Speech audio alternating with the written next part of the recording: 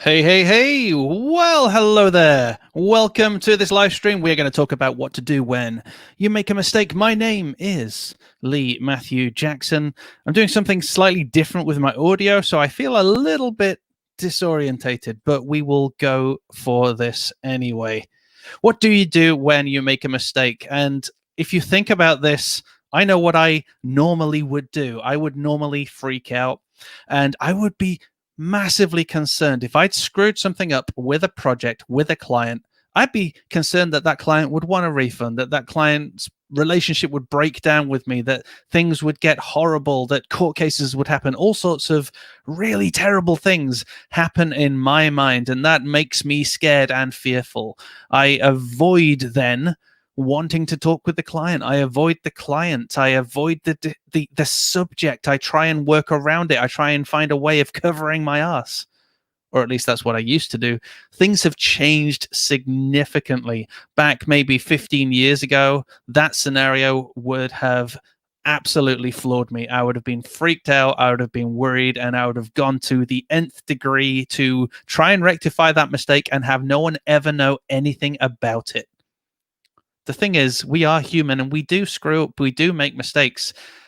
Which type of person are you that I just described? Are you the person who freaks out and tries to find a way of covering your tracks and not telling the client anything about it? Or are you the sort of person who takes it on the chin, recognizes that perhaps you screwed something up, a conversation needs to happen, and then you work through that and continue to build a relationship?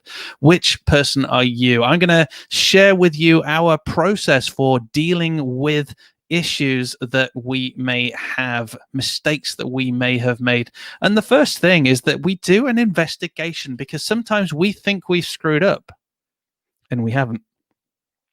Look at what has happened, looked at the information that you received, at the conversations that happened. See, have you made a mistake, or have you done something based on information you were provided? So there's two different things going on here. Number one, you may think you've made a mistake. Check you have. And then number two, if you've made the mistake, that is when you want to go on and do a full investigation, find out all the information, find out where you went wrong, be ready to admit that, and be ready to say how you would improve the process and how you would avoid that mistake in the future. Now, once we've got all of that information, we would then arrange a call and we would say, look, we've really screwed this up. We thought that we could build this feature within 3 weeks, but unfortunately, we've hit a roadblock along the way. We didn't anticipate this, that, and the other. We believe it's going to take us 6 to 8 weeks, and we're really sorry. We have really screwed up. So that's a good conversation to have, and that's good to be brutally honest with your clients, to own the mistake that you've made. Maybe you forgot to deactivate robots.txt and your client had no SEO for 6 months. It's pointless lying, because they're probably going to find you out at some point, and that will destroy the relationship, rather than us saying, you know what we did? We put the site live. We didn't go through our standard checklist of getting a site live. We forgot to deactivate the robots text, the disallow, and unfortunately you've not been in the search engines for the last 6 months. We're really sorry. We've rectified that. We're doing this to make sure that you rank again. We'll offer you this as an apology. This is what we're going to do to avoid this subject. So we would arrange that call and be really honest and transparent and open.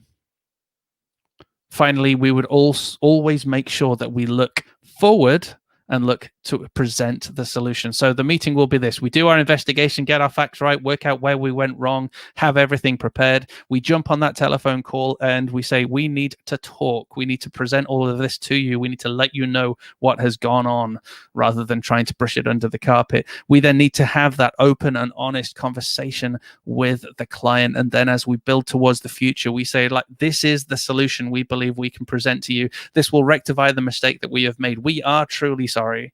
Please give us this opportunity to put right where we went wrong. And you know what? 100% of my conversations I've had with clients have ended on a positive note. When I have tried to hide something from a client, I've been busted eventually, or it soured the relationship in some way, or it soured the project. Even if the client never found out, it still soured the project. still soured the relationship. And yet every time I have shown up to a client and I've just said, hey, I've really screwed up. I've screwed up the project timeline. I've screwed up expectations.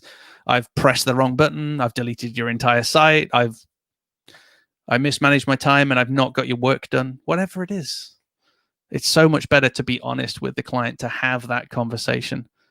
So, reminder, have an investigation. Make sure you have screwed up, that it is fully your fault, because sometimes when you screw up, there is a lack of information that you didn't get from your client. And I'm more pertaining to things like your discovery process, making sure that you had everything that you needed from the client and the client didn't leave anything out, because sometimes there are things that you screw up on which you were bound to because you were missing out on specific information. So do that investigation, own your mistake. You know, in most circumstances, it probably is your fault. So own that, do your investigation, work out what went wrong, have that call with the client, be open and honest with them, and find a solution. You know, put a proposal forward that will rectify the problem and also give them the assurances of how you will avoid this mistake happening ever again. We've got to remember, we're all human, we're all fallible, we all make mistakes, and our clients are going to appreciate us way more if we rock up being honest than if we create elaborate stories which are going to get us caught out eventually. Let's take a quick look at the comments. Yes, own my mistakes. Absolutely. Own your mistakes, Tanya. I'll try and own all of mine. Mr. Ashley Ball says, hey, Lee. Hey, Ashley, how you doing? Good to see you, buddy.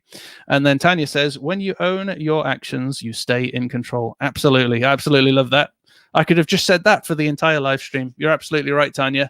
Folks, if you have screwed up, I urge you, do that investigation, see where you went wrong, put in some sort of solution, and then connect with your client and be open and honest. Of course, you can only make these decisions for yourselves. You know your client, you know your relationships. I would urge you to be honest and open. In all of my experiences, clients have appreciated that, rather than the smoke and mirrors that I used to try and do because I thought I had to be perfect and never, ever, ever make a mistake.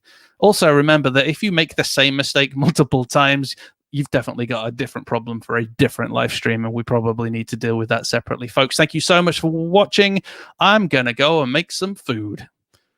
Have a wonderful day, and if you can't be good,